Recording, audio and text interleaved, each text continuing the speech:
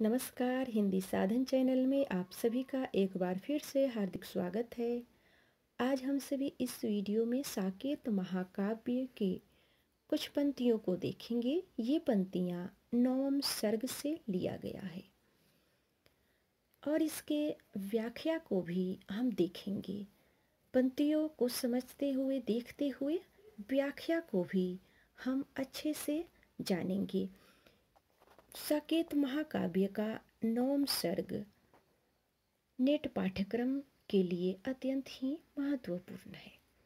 चले हम पंक्तियों को देख लेते हैं।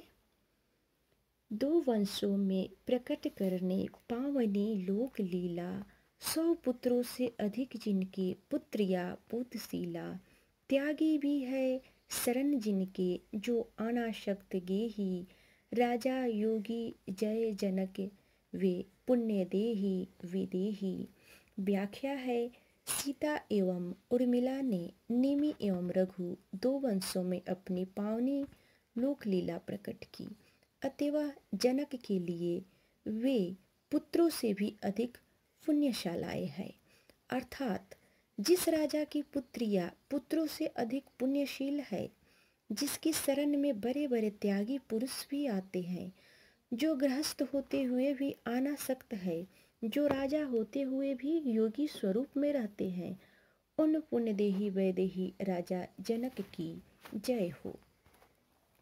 दूसरी पंक्तियां है, विफल जीवन व्यर्थ वहा वहा, सरस दो पद भी न हुए हहा, कठिन है कविते तो भूमि ही, पर यहाँ श्रम भी सुख सा रहा।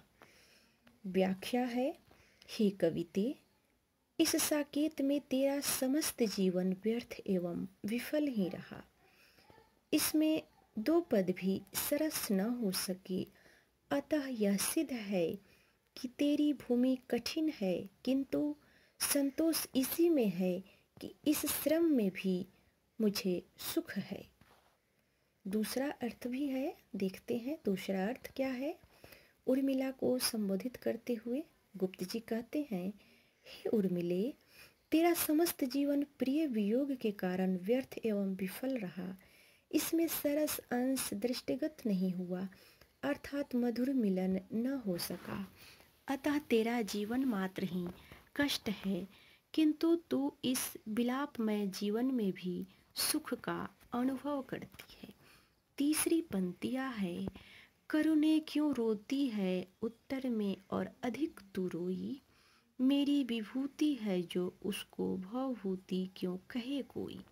व्याख्या देखेंगे, हरि करुणे, तू इस उर्मिला चरित्र पर क्यों रोती है।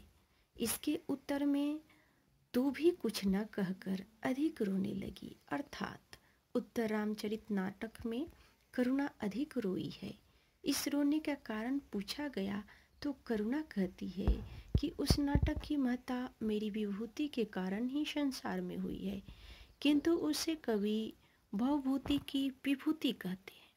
भवभूति संसार की विभूति नहीं, न शिव की विभूति है, वह तो मेरी विभूति है, अर्थात मेरा ही अभिन्न अंग है। चौथी पंक्तियां है, अवध को अपनाकर त्याग से वन तपोवंसा प्रभु ने किया, भरत ने उनके अनुराग से भवन में वन का व्रत लिया। व्याख्या है, श्री रामचंद्र जी ने त्याग के कारण अयोध्या में प्रजा को अपना लिया एवं चित्रकूट में निवास करके उसे तपोवंसा पवित्र कर दिया। इसी के साथ उन्हीं के पुनीत प्रेम में निमग्न होकर भरत ने राजभवन में वन व्रत को धारण किया।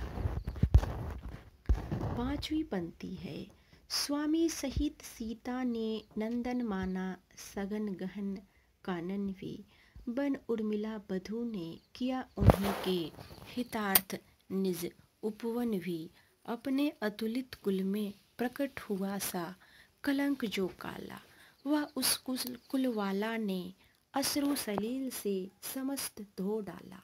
व्याख्या है, सीता ने अपने स्वामी श्री राम के साथ सघन एवं गहन वन भी नंदन बंसा सुखमय माना, किंतु इसके विपरीत अपने प्रियतम के कारण अपने राजोद्यान को वन सदस्य कलेश कर उर्मिला ने समझ लिया, अर्थात प्रियतम के कर्म में विघ्न न हो, इसी कारण उन्हें राम के साथ भेजकर अपना सुखमय जीवन दुखी बना लिया। 5वीं पंक्ति है, भूल अविध शुद्ध प्रिय से कहती जगती हुई कभी आओ, किंतु कभी सोती तो उठती वह चौक बोलकर जाओ। व्याख्या, वियोगिनी उर्मिला 14 वर्ष की अवधि को भूलकर कभी कहती थी कि हे प्रियतम तुम आओ, मैं तुमको बुलाती हूँ, किंतु कभी कभी जब वह सो जाया करती थी तो चौंक कर कहती थी और एकाएक कह उठती थी जाओ। इस प्रकार वह अनजाने ही कहने लगती थी। 7वीं पंक्ति है, मानस मंदिर में सती पति सी प्रतिमा थाप, जलती थी उस विरह में बनी आरती आप, आंखों में प्रिय मूर्ति थी भूले थे सब भोग, हुआ योग से भी अधिक उसका विषम वियोग। 8 पहर 64 घड़ी स्वामी की ही ध्यान, छूट गया पीछे स्वयं उससे आत्मज्ञान। वह सती उर्मिला अपने मन रूपी मंदिर में अपने पतिदेव की प्रतिमा स्थापित करके स्वयं उसके विरह में ज्वरित होती हुई आरती स्वरूप बनी हुई थी। लक्ष्मण के विरह में व्यथित है, उसके नयनों में केवल प्रिय मूर्ति थी, अतः कुछ दिखलाकर ही क्यों देता। उसने सभी सुख भोग भुला दिए थे, किसी भी सुख देने वाली वस्तु में उसे आनंद नहीं आता। इस प्रकार उसका विषम वियोग योग से भी अधिक कष्टकर था। उस बाला को 8 पहर 64 घड़ी अर्थात रात दिन अपने स्वामी लक्ष्मण का ही ध्यान रहता था। वह तल्लीनता के कारण उसका आत्मज्ञान भी स्वयं समाप्त हो गया था। 8वीं पंक्ति है, उस रुदंती विरहिणी के रुदन रस के लेप से और पाकर ताप उसके प्रिय विरह विक्षेप से, वर्ण वर्ण सदैव जिनके हो विभूषण कर्ण से, क्यों न बनते कवि जनों के ताम्रपत्र सुवर्ण के।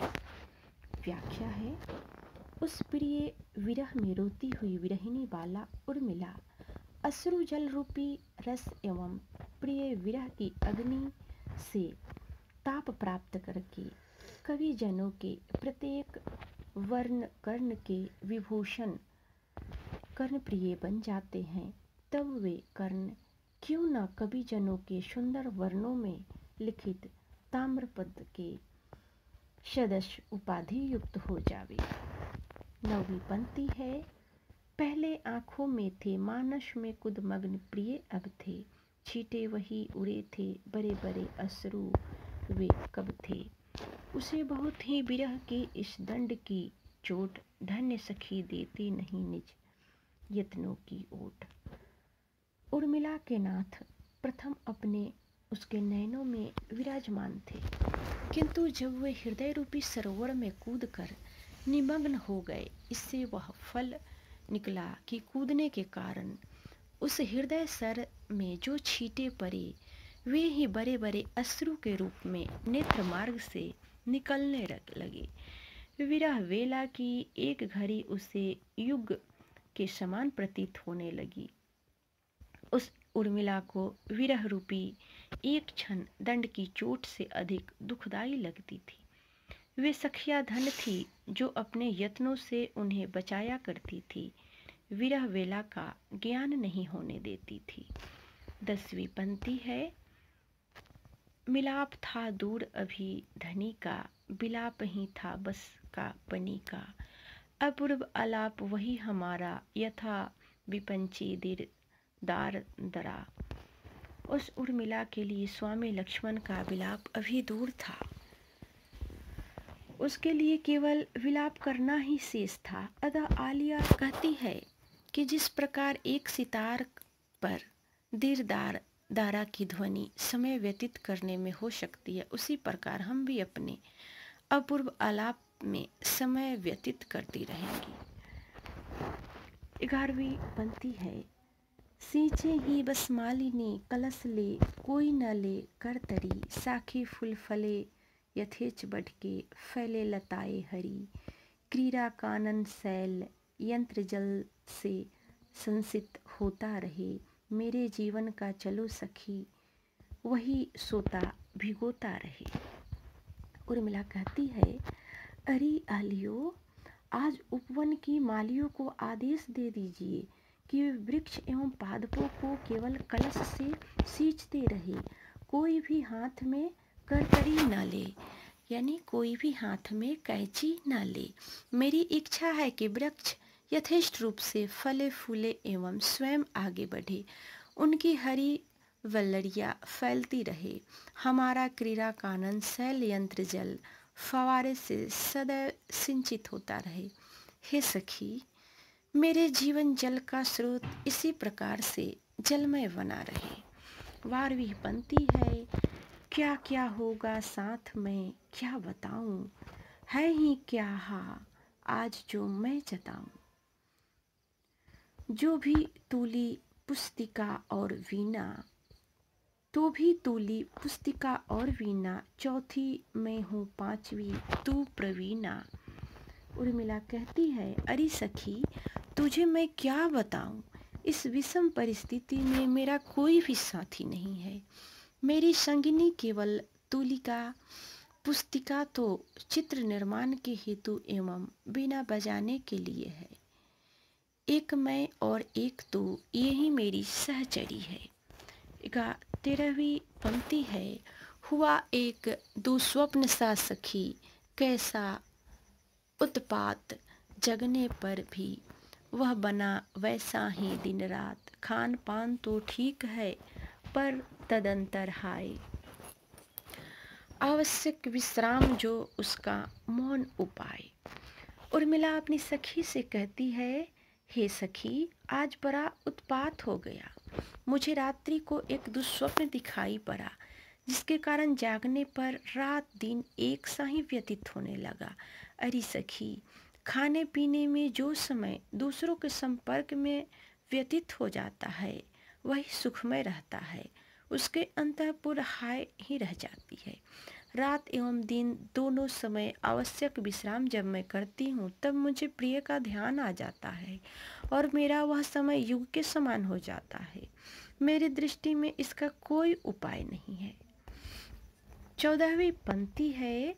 अरे व्यर्थ है व्यंजनों की बड़ाई, हटा थाल तू क्यों इसे आप लाई, वही पाक जो बिन भूख भावे, बता किंतु तू ही इसे कौन खावे, बनाती रसोई सभी को खिलाती, इसी काम में आज मैं न तृप्ति पाती, रहा किंतु मेरे एक रोना, खिलाऊं किसे मैं अलौना सलौना।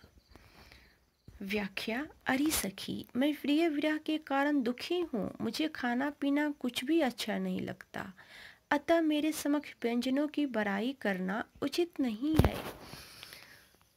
तू बिना पूछे इस भोजन के थाल को यहाँ से ले जाओ। पकवान वही कहा जाता है जो बिना भूख के भाता है, किंतु जब भूख नहीं तो उसको कौन खाएगा। उर्मिला प्रीतम के वियोग में अन्न और जल को त्यागती है। सखी जब भोजन लेकर आती है तो उर्मिला इस प्रकार से कहती है।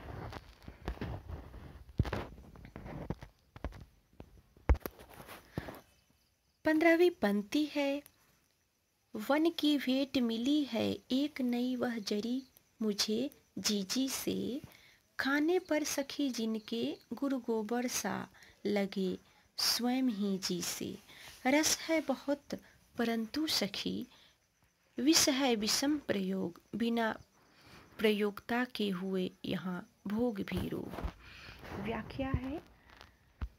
वनोपहार स्वरूप में जीजी से एक नवीन जड़ी बूटी मैं लाई हूँ, जिसके कारण मुझे भूख प्यास भी नहीं लगती, अतः हे सखी, हे अली, जिसके कारण भोजन गुड़ गोबर से प्रतीत होता है। जब वन में भरत गए थे। उनके साथ शत्रुघ्न भी गए हुए थे। अयोध्यावासी जब राम को पुनः अयोध्या लाने के लिए गए थे, उस समय उर्मिला भी वन में गई हुई थी उनके साथ में। तो उर्मिला उसी बात को सखी से बता रही है कि वन से आते समय जीजी से हमने एक विशेष रूप की जड़ी बूटी ली थी, जिसको खाने के बाद हमें भोजन की इच्छा नहीं है और भोजन गुरु गोबर सा लगता है। तो ये थी आज की 15वीं पंक्ति। अगले वीडियो में मिलते हैं, तब तक के लिए वीडियो देखने के लिए आप सभी को बहुत बहुत धन्यवाद। वीडियो पसंद आए तो इसे लाइक और शेयर अवश्य करें।